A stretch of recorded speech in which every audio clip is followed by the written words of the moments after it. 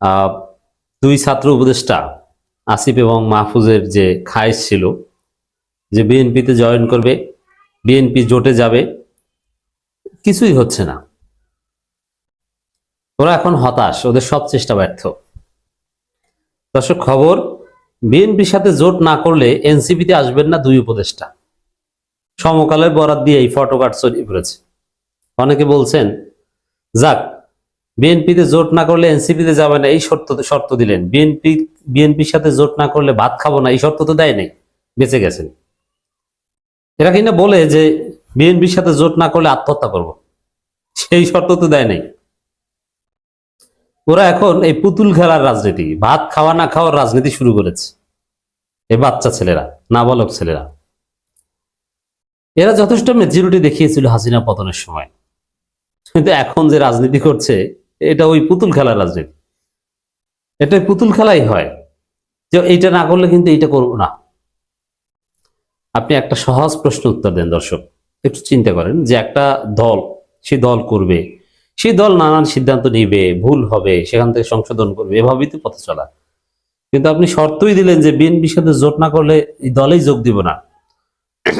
এটা স্পষ্ট যে যারা এই শর্ত দেয় তারা আসলে কোনো দলের আদর্শ বা দলের ভালো এগুলোর জন্য দল করছে না, তার সম্পূর্ণ ব্যক্তি স্বার্থে একটা নির্দিষ্ট লক্ষ্য উদ্দেশ্য নিয়ে এসছে। আর এই ধরনের শর্ত যারা দেয় দলে যোগদান করার ক্ষেত্রে, এদেরকে লাথি দিয়ে বের করে দেওয়া দরকার। অফিসের সামনে আসলে দূর দূর করে তাড়িয়ে দেওয়া দরকার। এই দলটা ধ্বংসের জন্য এরকম শর্তদানকারী একজন ব্যক্তি যথেষ্ট, সেখানে দুইজন পাওয়া গেছে। তবে আসিফ এবং মাহফুজ এদেরকে এনসিপি গ্রহণ করবে না এবং বিএনপির সাথে জোটও হবে না। আর এরা বিএনপিতে যাবে তাও সম্ভবত হবে না। দলিল কি? এরা বিএনপিতে গেলে বিএনপির লোকাল লোকজন এদেরকে পিটাবে। যেমন ঢাকা 10 আসনে আসিফ মাহমুদ নির্বাচন করবেন বলে ঘোষণা দিয়েছিলেন, সেখানে বিএনপি অলরেডি প্রার্থী দিয়েছে। এখন আসিফ মাহমুদ যদি বিএনপিতে যোগ দেন, তাহলে ঢাকা 10 আসনে যে প্রার্থী ঘোষণা করা হয়েছে ওই প্রার্থীর লোকজন আসিফকে পিটাবে রাস্তায়, কিচ্ছু করতে পারবে না। মাহফুজ সেইম, তো যদি সেই লক্ষ্মীপুর না কোথায় নির্বাচন করতে যায়, ওখানে যাকে প্রার্থী ঘোষণা করা হয়েছে তার লোকজন ওরা পিটাবে। হয়তো ওরা বিএনপিতেও যেতে পারবে না। তারপরে আবার বলবে যে না না, খেলবো না, এখন আমার ভান্ডবাড়ি ফেরত দাও। ওরা বিএনপিতে গেলে 2 দিন পরে এটা বলে ওই ভান্ডবাড়ি ফেরত নিয়ে তারপরে চলে আসবে। আর এনসিপি তো ওদেরকে অ্যাকসেপ্ট করবে না। অলরেডি আসিফ এবং মাহফুজের লোকজনকে মাইনাস করা হয়েছে। বিশেষ করে আব্দুল কাদের কোথাও নাই। আব্দুল কাদের ধৈর্যা কেন নাই? আব্দুল কাদের কোথাও, ওই যে আব্দুল কাদের নাই এই কারণে যে মাহফুজের লোকজন মাইনাস। মাহফুজ ডাকসুর ভিপি পদের ক্যান্ডিডেটটা বাগিয়ে নিয়েছিল, ক্যান্ডিডেট হতে তার পারে নাই। এখন সেই কাদের কোনো পোস্টেই নেই, এনসিপিতে ওর কোনো পোস্ট পজিশন নাই। কাদের বাংলাদেশে এখন একটা ধৈর্য ফিগার। তো দর্শক, এখন যেটা দাঁড়াচ্ছে সব মিলিয়ে যে মাহফুজ এবং আসিফকে এনসিপি গ্রহণ করবে না এবং বিএনপির সাথে জোটে যাওয়া হচ্ছে না। বিশেষ করে এনসিপি নেতারা হাসনাত, সার্জিস থেকে শুরু করে আরো যারা আছেন, নাহিদ, এরা যেসব আসনে নির্বাচন করতে চায় সেই সব আসন বিএনপি দিচ্ছে না।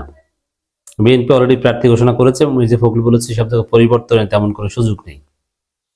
এটা স্পষ্ট যে এনসিপির সাথে বিএনপির কোনো ভাগ বাটোয়ারাই মিলছে না। তো বিএনপি এখানে রিয়েলিস্টিক সিদ্ধান্ত নিয়েছে যে এই এনসিপির ছেলেদের অযথা সিট দিয়ে কোনো লাভ নেই, কারণ এরা বিএনপিকে কোনো এফোর্ট দিতে পারবে না, বরং এটা একটা বোঝায় রূপান্তরিত হবে।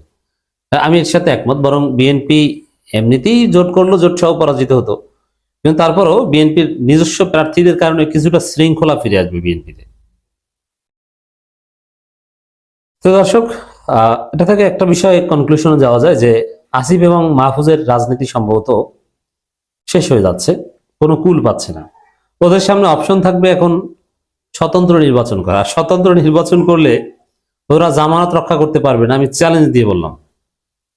যে পরিমাণ ভোট পাওয়া দরকার জামানত রক্ষা পেতে হলে, ওই পরিমাণ ভোট আসিফ এবং মাহফুজ একজনও পাবে না, আমি লিখে রাখলাম।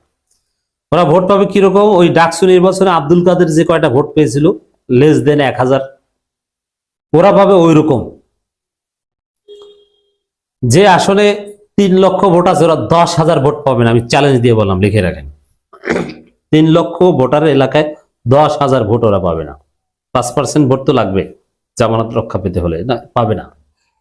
জামানতের আইন নতুন ভাবে করতে পারে 2.5% বা অনেক কিছুই করা যায়, কিন্তু ওদের জামানত রক্ষা হবে না। তো দর্শক, তো এই যে শর্তের রাজনীতি, বিএনপির সাথে জোট না করলে এনসিপিতে যাবেন না 2 উপদেষ্টা, এই শর্তের রাজনীতি এনসিপি কেও ধ্বংস করার একটা প্ল্যান, এবং ওদের যে কোনো কুল কিনারা নাই, ওদের যে কোনো রাজনীতি নেই, ওরা যে ব্যক্তি স্বার্থে চলে এই 2 উপদেষ্টা তার প্রমাণ। তবে এনসিপি যদি আসিফ এবং মাহফুজকে দূরে রাখতে পারে, ওদেরকে স্পেস না দেয়, তাহলে এনসিপি বেঁচে যাবে। তবে এনসিপিতে যারা এখন সাংগঠনিক নেতৃত্বে আছে, নাহিদ, নাসিরউদ্দিন পাটোয়ারি, এরা সবাই একমত যে না, এদেরকে জায়গা দেওয়া যাবে না। হাসনাত আব্দুল্লাহ তো স্পষ্ট বলেছে না, চাঁদাবাজদের সাথে কোনো জোট নেই। অতএব এনসিপি রক্ষা পাক, এনসিপি বেঁচে থাকুক, এই আসিফ মাহফুজ এরা এরা স্বতন্ত্র নির্বাচনই করুক, তারপরে স্বতন্ত্রের পর বুঝবে যে ওদেরকে কেউ গুনবে না। সরোয়ার্দী উদ্যানে গাঁজা খেয়ে পড়ে থাকা ছাড়া আর কোনো উপায় থাকবে না। এখন তাও থাকবে না, কারণ সরোয়ার্দী উদ্যানে গাঁজা খাওয়া এখন নিষিদ্ধ, মাদক মুক্ত সরোয়ার্দী উদ্যান। 2 দিন পর পর অভিযান চালানো হয়। তো দর্শক, এখানে তবে মাহফুজের এই লাইনও নাই। মাহফুজ ছেলেটা ওই যে আগেই বলেছিলাম, যেদিন জামাত শিবিরের সাথে চরম বেয়াদবি করেছিল, ওই দিনই বলেছিলাম যে এই ধান্দাবাজ প্রকৃতির, বাটপার প্রকৃতির ছেলেটা, এর ভবিষ্যৎ একদম অন্ধকার। কোথাও কোনোদিন কোথাও দাঁড়াতে পারবে না, একদম ইতর শ্রেণীর ছেলে। কি থ্রেড দিয়েছিল, আবার থ্রেড দিয়ে 2 মিনিট পর ডিলিট করে, 2 দিন পর পর মাপ চায়, একবার হেফাজতের কাছে মাপ চায়, একবার জামাতের কাছে, একবার ভয় দেখে যে 111 আসছে। এই ছেলের কোনো ভবিষ্যৎ নাই। তবে আসিফের একটা অপশন আছে, সেটা হচ্ছে গণ অধিকার পরিষদে আবার 2 গ্রুপ, রাশেদ গ্রুপ এবং নূর গ্রুপ। এখন রাশেদের কোনো গ্রুপ চালানোর সক্ষমতা নেই, তাই এই ক্ষেত্রে রাশেদ একটা মৌকা পেয়েছে। রাশেদ চায় বিএনপির সাথে জোট করতে, আর ভিপি নূর চায় এনসিপির সাথে জোট করতে। এখন নূর যদি বিএনপির সাথে শেষ পর্যন্ত জোট না করে, অবশ্য নূরকে আসনটা হয়তো বা বিএনপি দিবে, এখন পর্যন্ত রাজি। তো শেষ পর্যন্ত যদি ভিপি নূর বিএনপির সাথে জোট না করে, তাহলে রাশেদ গণ অধিকার পরিষদ ভেঙে দিবে, ভেঙে সভাপতি বানাবে আসিফকে, আসিফ সভাপতি, রাশেদ সেক্রেটারি। তো এই কাজ যদি হয়, তাহলে তো আসিফের একটা জায়গা হলো যে গণ অধিকার পরিষদের একাংশে সভাপতি হবে। তবে এই রাজনৈতিক দোকান দিয়ে এমপি টেমপি কিছু হওয়া যাবে না।